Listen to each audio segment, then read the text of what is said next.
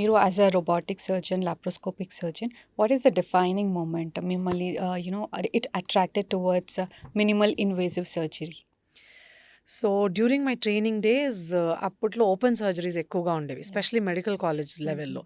So I saw how women were suffering with stitches healing.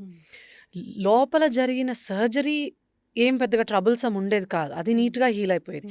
కానీ బయట ఉన్న కుట్లు అవి మారడం, స్పెషలీ న్యూట్రిషన్ సరిగ్గా లేని వాళ్ళకి, ఒబీస్గా ఉన్న వాళ్ళకి, వెయిట్ ఎక్కువ ఉన్న వాళ్ళకి మానడం చాలా కష్టం ఉంటుంది అనమాట కుట్లు. ఓకే. డయాబెటీస్ ఉన్న వాళ్ళకి, వీళ్ళందరూ చాలా సఫర్ అయ్యేవాళ్ళు.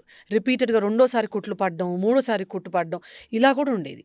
So specially in hot tropical weather, మన వెదర్ లాంటి స్వెట్టింగ్ ఎక్కువ ఉండడం, కుట్ల దగ్గర చీము రావడము, ఓకే. మెయిన్ సర్జరీ కన్నా ఈ కుట్ల వల్ల, పైన ఉన్న కుట్ల వల్ల ట్రబుల్స్ చాలా ఫేస్ అయ్యేవాళ్ళు.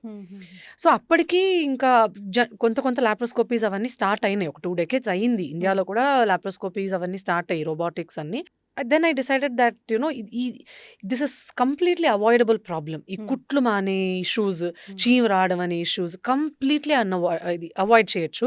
So minimal invasive surgery is such a boon for this అని అర్థమైంది అప్పుడు. సో దెన్ నా ఎండి అయిన వెంటనే I took laparoscopy training. Immediately, I went straight from college to laparoscopy training. Okay. Then when I started seeing ట్రైనింగ్లో surgeries ఎలా ఉంటున్నాయని, ఇవాళ సర్జరీ అయితే రేపు ఇంటికి ఎల్లుండి ఇంటికి వెళ్ళిపోయేవాళ్ళు, యా. ఇంకా కుట్లు ఏమి ఉండేది కాదు. So that is so much better. పేషెంట్కి ఎంత ఈజీ అది, లోపల ప్రాబ్లం పోయింది, ఈ కొత్త ప్రాబ్లమ్స్ లేవు. So it is much better. So అందుకే minimally invasive surgery every doctor should be trained for, and every patient should consider it.